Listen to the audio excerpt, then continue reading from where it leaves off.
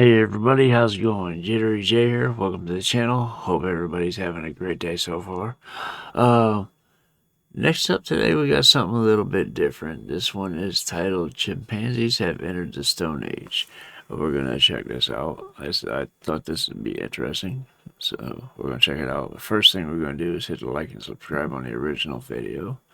This comes to us from North02, so we're going to throw a subscribe on there.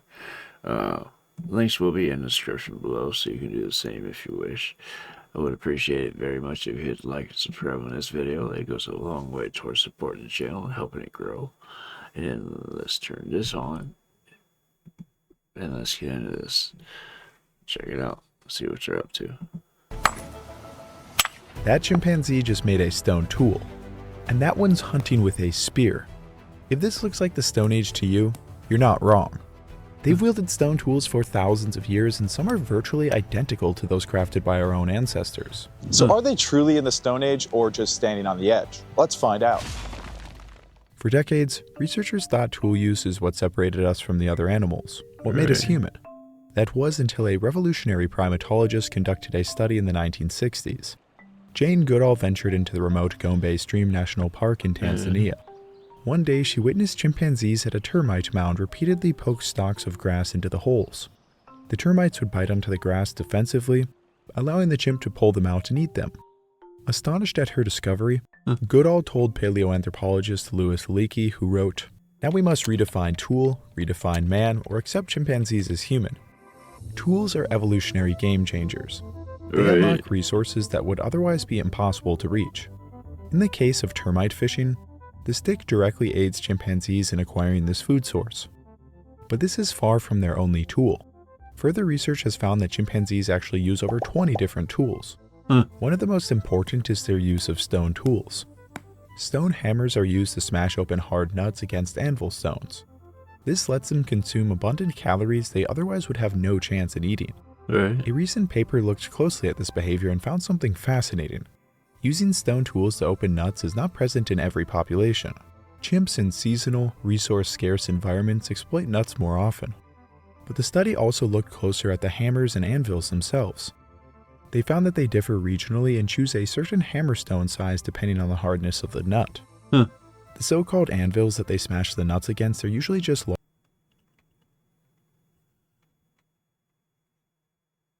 I didn't know that. I knew they used rocks to crack nuts. I didn't realize that there was a certain rock they had to have to do it before they would do it. Large flat stones that happen to be near the nut trees. These anvils are fairly distinct archaeologically, and researchers have found evidence that their use goes back at least 4,300 years, meaning that this behavior likely extends far into prehistory. What is also interesting to note is that some populations do not smash nuts at all, meaning some chimpanzee populations are more technologically advanced than others. Another important tool that chimpanzees use are spears. Yeah, that's right, they make their own spears by taking off a sturdy stick and biting the tip to form a sharp end. They use these weapons to stab into the burrows of bush babies, which are some of the cutest animals on the planet. They jam the stick into the burrow, killing the animal, and then they use the stick to get the animal out. These spears seem to be used exclusively for hunting animals that they physically cannot get to. They have never been witnessed using them against one another. However, chimpanzees have been documented using sticks and branches to hit each other. They even throw rocks during aggressive encounters. It seems that they have already had their 2001 Space Odyssey moment.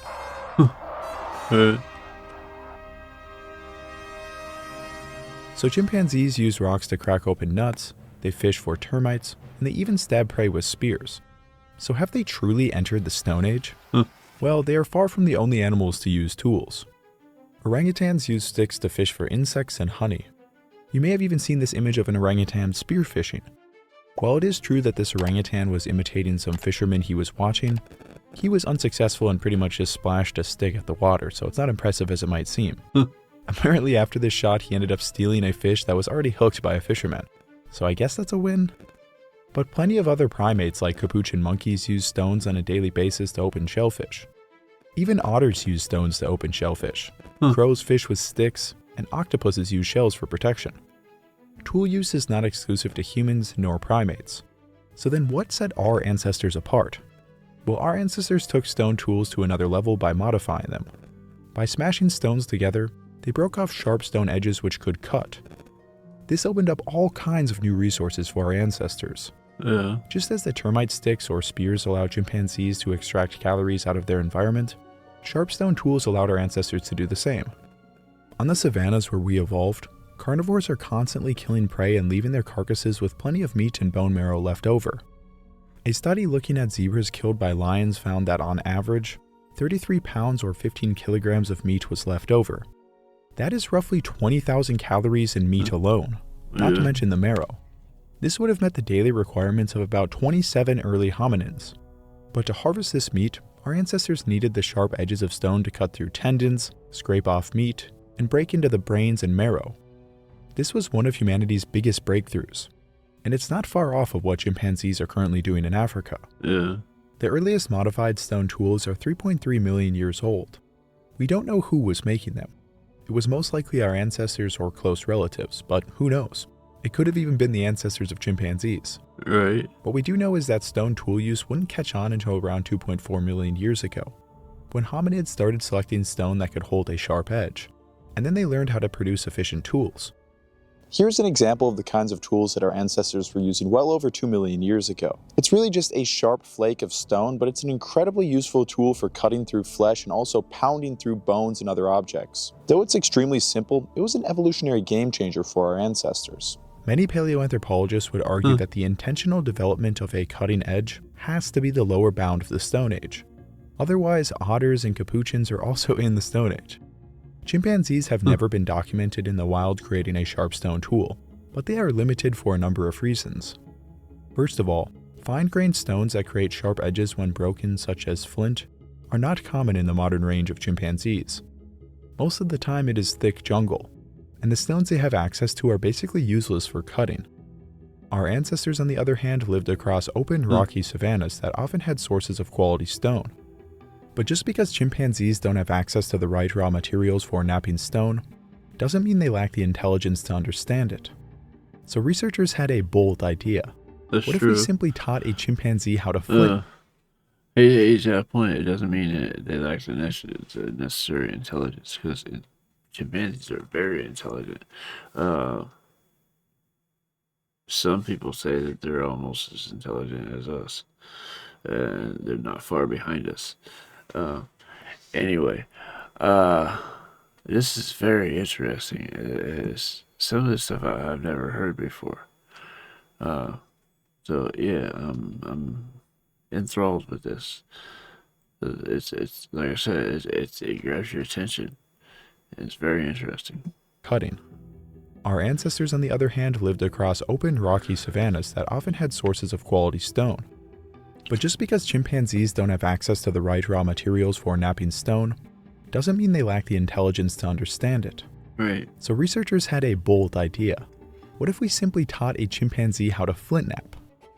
Meet Kanzi, a language-competent bonobo, who was taught to flint knap in the early 1990s. Bonobos are a closely related cousin of chimpanzees, often seen as more socially intelligent. Kanzi was especially intelligent. He even learned how to play Minecraft. But it was this video of him flint knapping that honestly blew my mind. They first focused on showing him how to knock off flakes through percussion, which is what I'm doing here. You literally hit one rock against another rock in order to knock off a stone flake.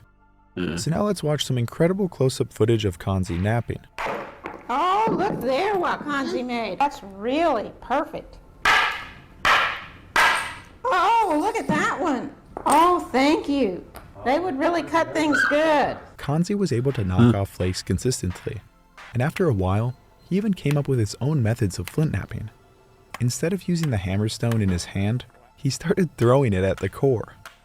This may have helped him overcome challenges unique to the hands of chimpanzees, or to protect his fingers. But how fascinating is it that he invented a new flint knapping technique? After 2 years of practice, researchers decided it was finally time to put his skills to the test. They gave him an unmodified core of flint and a hammerstone. Nearby was a clear box with fruit inside. It was held shut by a thick nylon cord. In order to get to his reward, he would have to hit off a large sharp flake to cut through the cord. During the trial, knocking out flakes was not a problem for the trained bonobo. However, some of these flakes were too small, so he would try again. He would select the largest flakes and assess their sharpness by looking at the edge and testing it on his tongue. Eventually, he knocked off a large flake and was able to cut open the box. This process was repeated 11 times, producing an abundance of data and artifacts. Now here's where it gets really interesting. When researchers analyzed the bonobo-made artifacts, they found something remarkable. Many of them were virtually indistinguishable from the tools that our ancestors made 2 million years ago.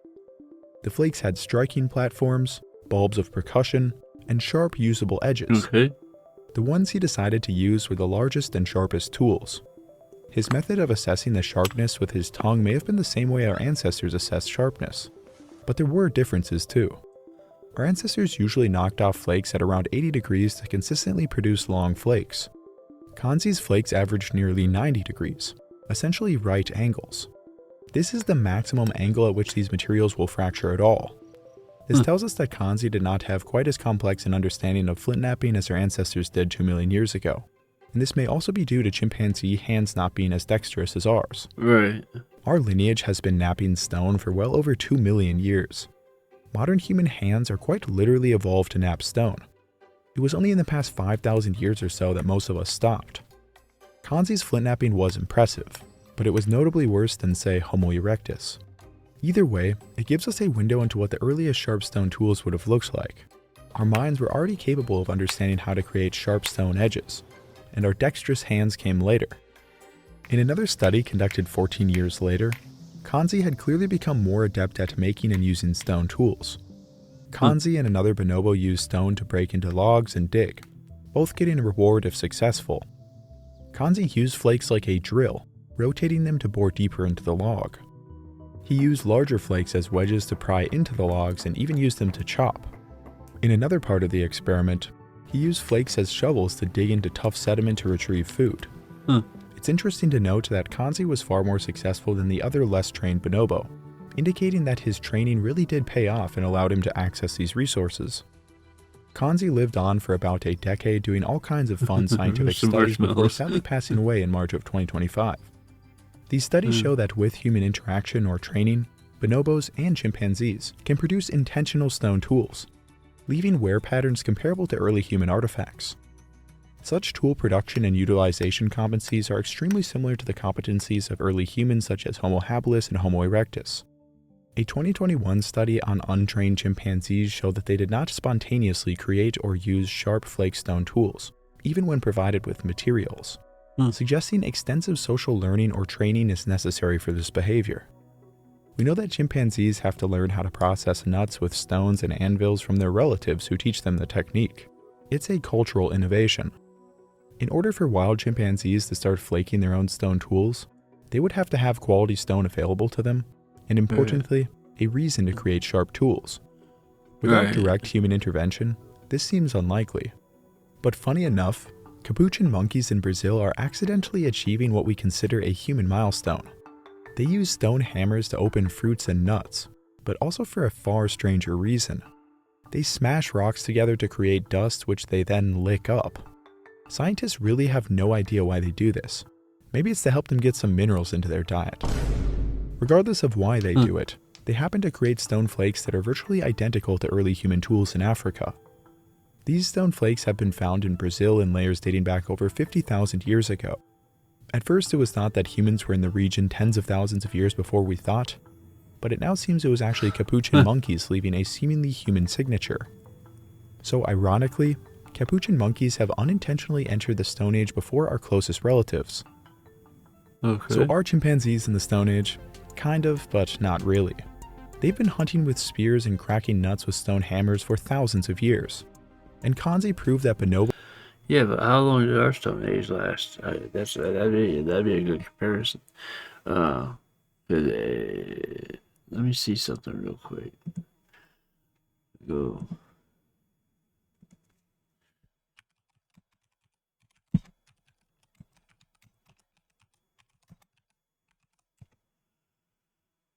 Stone Age lasted for over 3 million years. So, yeah, they got a ways to go. Ours lasted over 3 million years, from up to about 3000 BC, I believe it says. Uh, so they got a ways to go. Was can flintnap when taught. Yet, Go back a little bit. capuchin monkeys have unintentionally entered the Stone Age before our closest relatives. So are chimpanzees in the Stone Age? Kind of, but not really. They've been hunting with spears and cracking nuts with stone hammers for thousands of years. Yeah, And Kanzi proved that compared to bonobos can millions. flintnap when taught. Yet wild individuals have never made a cutting tool on their own, at least as far as we know. Not because they lack the cognitive capacity, but because they lack the necessity. The story of our own species likely mirrors this pattern. We exploited carcasses with sharp stone tools to get access to an entirely new food source. During severe droughts or food scarcity, tool-using apes had a much better chance at surviving. This feedback loop favored an increasing reliance on tools, and fundamentally shaped what we became. Tool use likely became non-negotiable for our survival. Chimpanzees do not face these same circumstances. They simply need a reason, and let's hope they never get one. Right. Well, that was a fun one. I still can't believe these videos of chimpanzees flintnapping. I legitimately know humans who are worse at flintnapping. What topic should I cover next? Comment down below, hit that like button, and most importantly, subscribe. Alright, I'll see you in the next one. Arrivederci. This is interesting. Very interesting. It's. I like some of these shows about nature. Nature will surprise you in many ways. This is only one of them. This was, like I said, it was a very interesting watch. It was very informative too. So yeah, I like this channel. Those have to check out more from him. Anyway, let me know what you thought about this one in the comments. Let me know what else I'm missing. I will get there as soon as I possibly can. If you are still here and haven't done so yet, please hit the like and subscribe buttons before you go. Goes a long way towards building the channel up, and it really makes my day. That being said, that is just about going to do it for this video. It is off to the next one for me. I really hope you guys enjoy watching this with me. I hope to see you on the next one. Love you guys. Peace.